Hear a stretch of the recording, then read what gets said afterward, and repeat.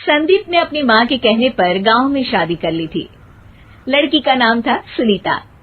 माँ का कहना था एकदम मॉडर्न बहू नहीं होनी चाहिए, लेकिन उन्हें नहीं पता था कि गांव से आने वाली बहू सुंदर सुशील तो होगी और उसको गांव से बाहर भी निकाल लाएंगे, लेकिन उसके अंदर का गांव कैसे बाहर निकलेगा। शादी के कुछ दिन बाद, माँ टिफिन तो देना जरा। बेटा अब तो स्कूल नहीं ऑफिस जाता है, माँ से नहीं अपनी बीवी से टिफिन मांगा कर। ओके माँ। सुनीता टिफिन ले आओ। एक लो टिफिन, इसके अंदर पिस्ता डाल दिया है। पिस्ता? पिस्ता क्यों? सास जी ने बोला था ना कि आपको पिस्ता बहुत पसंद है। ओहो, मैंने पिस्ता नहीं पास्ता बोला था, पास्ता। पास्ता? कहीं होता है पास्ता? अरे बेटी तू रहने दे, मैं बना दूंगी। अच्छा किया कि पाव भाजी बनाने का नहीं बोला, वरना किसी के पाव बना देती है। सुनीता को बुरा लगता है, लेकिन उसकी नादान हरकतें कम नहीं होती। ऐसे ही एक दिन, अरे तुमने ये क्या लगाया है? अरे आप वो फूस फूस करके लगाते हैं ना, वही। डियो? का दियो?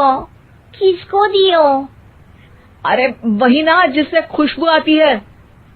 हाँ सही पकड़े हैं। अच्छा लेकर तो आना। कौन सा डियो लगाया तुमने? अभी लेकर आते हैं जी। संदीप की बात मानकर सुनीता अंदर से खुशबू वाला फुसफुस लेकर आती है। ओएमजी! ओएमजी मतलब ओ माय गणेश ना। अरे ओएमजी छोड़ो, और ये खुशबू वाला फुसफुस की बात कर रही थी तुम?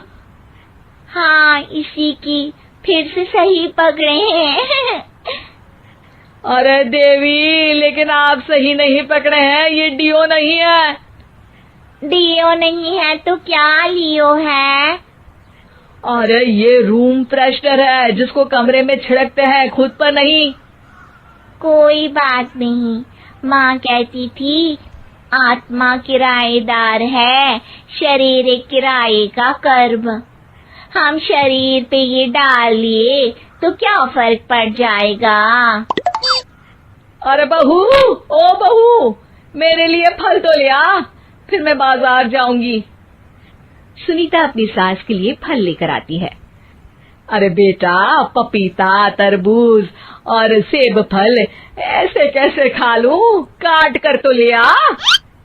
माँ जी, मेरे गांव में तो खेत से उठा के सीधा खा लेते हैं।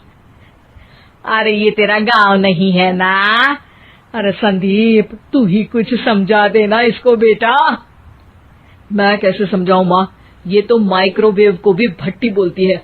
कल मैंने बोला हाय कैसी हो, तो बोलती है किसी को हाय नहीं लगानी चाहिए। अरे सुनीता, तेरा क्या होगा?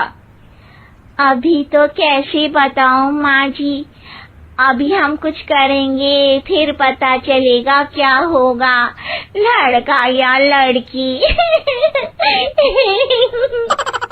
हे भगवान, कहाँ से आ गई है? रामपुर से जी, आप ही तो लेकर आए थे मुझे। अरे मुझे माफ कर दो। पहले कोई गलती तो करिए जी, आपकी तो सारी गलती माफ कर देंगे हम। हाँ अरे बहू, मेरी बात सुन। फल यानी कि फ्रूट जब भी लाए ना तो काट कर लाना, ठीक है? जी ठीक है माँ जी, फल यानी फ्रूट यानी काट के लाऊंगी।